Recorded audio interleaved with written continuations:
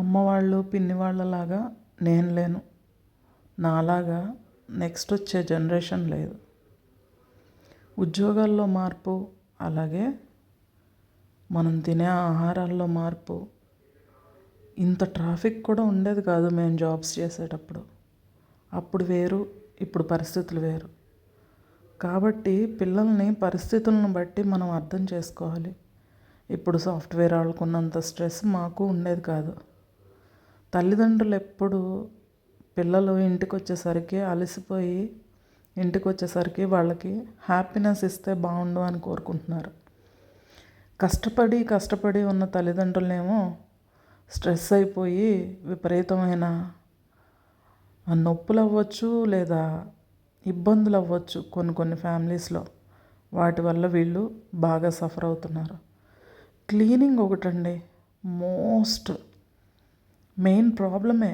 ఒక రకంగా ఎక్కువ క్లీనింగ్ అలవాటు పడిన వాళ్ళు అలాగే ఉండాలని దాని గురించి కూడా ఇబ్బందులు పడేవాళ్ళు ఉన్నారు. దాని గురించి కూడా పిల్లలు వచ్చేసరికి మీరు అలా చేయలేదు, ఇలా చేయలేదు అంటే, ఇప్పటి రోజులు అలా లేవు కదా. స్ట్రెస్ అయిపోయి విపరీతంగా వాళ్ళ టైమింగ్స్ వేరు. ప్రతి పరిస్థితిని ఛాలెంజింగ్ కిందే ఉంది వాళ్ళ సాఫ్ట్వేర్ అంటే. ఆ పరిస్థితుల్ని అర్థం చేసుకోవాలి. క్లీనింగ్ ఇవాళ వాళ్ళు సరిగ్గా చేయలేదు, రేపు చేసుకుందాం, లేకపోతే వదిలేద్దాం. అంతేగాని ఆ క్లీనింగ్ కోసమే ఇబ్బందులు పడే ఫ్యామిలీస్ కూడా ఉన్నాయి. అదే మేజర్ పార్ట్ ఇళ్లల్లో ఉన్న వాళ్ళకి. బయటకు వెళ్ళే వాళ్ళకి బయట పని ఇంపార్టెంట్.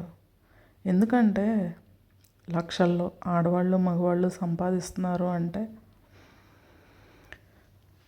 దానికి తగ్గ స్ట్రెస్ అనేది ఉంటుంది కదా. మనం కూడా ఆలోచించాలి కదా. ఆ స్ట్రెస్ అయిపోయి వచ్చి ఇంట్లో పడుకుంటే వీళ్ళు ఇబ్బంది పడటం, వీళ్ళ ఆలోచనలు కరెక్ట్గా లేకపోవడం కూడా కరెక్ట్ కాదేమో అనిపిస్తుంది. అలా అని ఇన్ని సంవత్సరాలు చేసిన పెద్దవాళ్ళు ఇంకా మేమే ఇవన్నీ సర్దాలా చేయాలా కాదు. కొన్నిటిల్లో కొన్ని వాటిల్లో కొన్ని సడలింపులు అయితే చేసుకోవాలి. నేను 20 ఏళ్ళప్పుడు ఎట్లా ఉన్నానో 40s దాటిన తర్వాత అట్లా లేను. ఆరోగ్యంలో అవ్వచ్చు, క్లీనింగ్లో కూడా అవ్వచ్చు. అప్పుడు ఇంట్లో చేసేదాన్ని, బయట చేసేదాన్ని, నీట్గా పెట్టుకునేదాన్ని, ఇంకా ఎక్కువ ఎప్పుడూ ఏదో ఒకటి వండుతూ ఉండేదాన్ని. అప్పటి పరిస్థితులు ఇప్పుడు నా దగ్గర కనిపించట్లా. నేను ఇవాళ ఇంట్లో పని మాత్రమే డే మొత్తం చేస్తున్నాను.